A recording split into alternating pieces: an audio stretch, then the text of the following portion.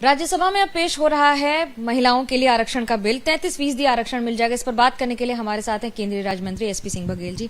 कितना उत्साह, कितना भरोसा कि अब फाइनली इतिहास रच गया है? मोदी जी को बधाई देना चाहूँगा और देश की महिलाओं को भी बधाई देना चाहूँगा कि बहुप्रतीक्षित महिला विधेयक आरक्षण जो है वो ध्वनिमति से पास हुआ। जब अभी बात करते हैं तो कांग्रेस बार बार आरोप लगाती है कि ये नहीं हुआ, वो नहीं हुआ, कितना कुछ हो सकता था और ये कब से इम्प्लीमेंट होगा इस पर क्लैरिटी नहीं दे रहे हैं। मुझे पतझड़ों की कहानियाँ सुना सुना के ना उदास कर, नए मौसमों का पता बता, जो गुजर गया सो गुजर गया। अगर इतना ही उनको पूर्ण बहुमत 1984 में मिला था, 80 में पूर्ण बहुमत मिला था लगातार, और मिसेस गांधी स्वयं महिलाओं वर्ग से आती थी और लंबे समय तक वो प्रधानमंत्री रही। ये पहली जिम्मेदारी उनकी थी कि वो आधी आबादी को न्याय देती, तो उन्होंने नहीं दिया था। अभी बात कर रहे हैं तो फिर यही सवाल उठ रहा है कि इम्प्लीमेंटेशन में अपनी सरकार इस बार 24 की चुनौती में क्या होगा इस पर क्लैरिटी नहीं, या फिर 27 और 29 के लिए क्लैरिटी नहीं? बहुत क्लैरिटी है। संविधान संशोधन के द्वारा ये आरक्षण किया गया है, आधी आबादी को न्याय दिया गया है। इस साल की दो बड़ी घटनाएं हैं। महिला सशक्तिकरण बहुत शब्द इस्तेमाल होता है सेमिनारों में, लेकिन उसको जमीन पर उतारा है मोदी जी ने। अव्वल तो महिलाएं सभी पिछड़ी होती हैं, ऊपर से आदिवासी होती हैं, वो थोड़ी और भी पिछड़ी होती हैं, ऊपर से उड़ीसा राज्य। तो श्रीमती द्रौपदी मुर्मू जी भारत की राष्ट्रपति बनकर के महिला सशक्तिकरण का सर्वोच्च उदाहरण है। उसके बाद ये राजनीतिक अंत्योदय है। राजनीतिक अंत्योदय है क्योंकि महिलाएं पुरुषों की तुलना में, मैंने देखा है, अभी आईएएस की संख्या देख लो, आईपीएस की संख्या देख लो, एमपी एमएलए की संख्या देख लो, डॉक्टर इंजीनियर की संख्या देख लो, सभी में पीछे हैं।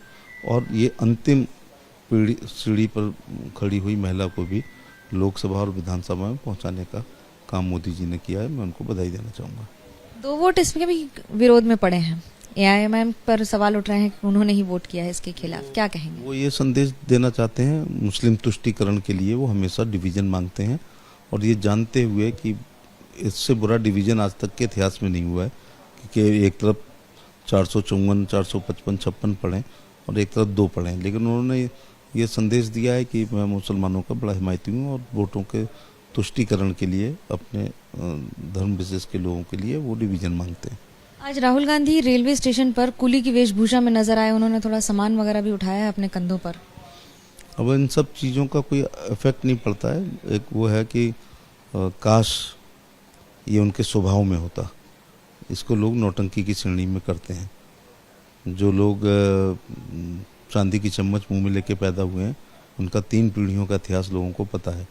मुंशी प्रेमचंद की पूछ की रात कहानी को डल्लप पिलो पर सोने वाले और एसी में रहने वाले रट सकते हैं, 90% नंबर ला सकते हैं, लेकिन उसके दर्द और मर्म को वही समझ सकता है जिसने पूछ की ठंडी रात एक पिछौरा में चादर में काटी हो। नरेंद्र मोदी ऐसे ही परिवार से आते हैं कि 10 बाई 12 के कमरे में पूरे परिवार के साथ रहे। माँ ने जो है चौका बर्तन किया है, खुद ने ट्रेनों का टाइम 24 घंटे में हर समय होता है, हर मौसम में चाय को भाग भाग कर हर डिब्बे के आगे बेचने का काम किया है। इसलिए गरीब कल्याणकारी योजना उनने तो अपना खुद ही उठाया होगा। 50 बार अपना प्रचारक के रूप में या राजनीति के रूप में जब भी अटैची लेकर प्रवास करते होंगे तो खुद ही उठाई होगी। इन्होंने पहली बार इस प्रकार से ये नौटंकी की है और देश जानता है कि खाने के दांत और होते हैं और दिखाने के दांत कुछ और होते हैं। कांग्रेस तो कहती है बीजेपी ऐसी छोटी छोटी चीजों पर हर समय नौटंकी करती है। उन पर सेवा ही संगठन के तर्ज पर कोरोना काल में, पेंडेमिक पीरियड में, जब बेटा बाप को अलग कमरे में रख रहा था, थाली सरका के दे रहा था, उस समय भारतीय जनता पार्टी के कार्यकर्ताओं ने सैनिटाइज भी किया है, राशन कार्ड भी बनाए हैं, लोगों को भोजन भी दिया है और अस्पतालों में रेमडेसिविर का भी इंतजाम किया है, वेंटिलेटर का भी इंतजाम किया। तो जब सबसे कठिन काम था, जब लोग अपने बच्चों के साथ, अपने नातियों के साथ, अपने पेट्स के साथ खेलने के फोटोज फेसबुक पर डाल रहे थे, तो भारतीय जनता पार्टी के राष्ट्रीय अध्यक्ष से लेकर बूथ अध्यक्ष तक सेवा ही संगठन के रूप में काम कर रहे थे।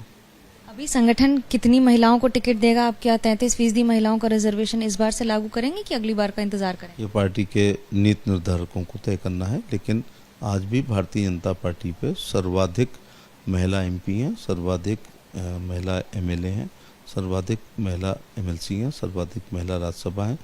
नगर पंचायत, नगर पालिका परिषद और नगर निगमों में सबसे ज़्यादा महिला चेयरमैन है। और महिला मिनिस्टर के इतिहास में भी, मिनिस्ट्री के इतिहास में भी, काउंसिल ऑफ मिनिस्टर में अब तक के इतिहास में महिलाएं ही सबसे ज़्यादा हैं।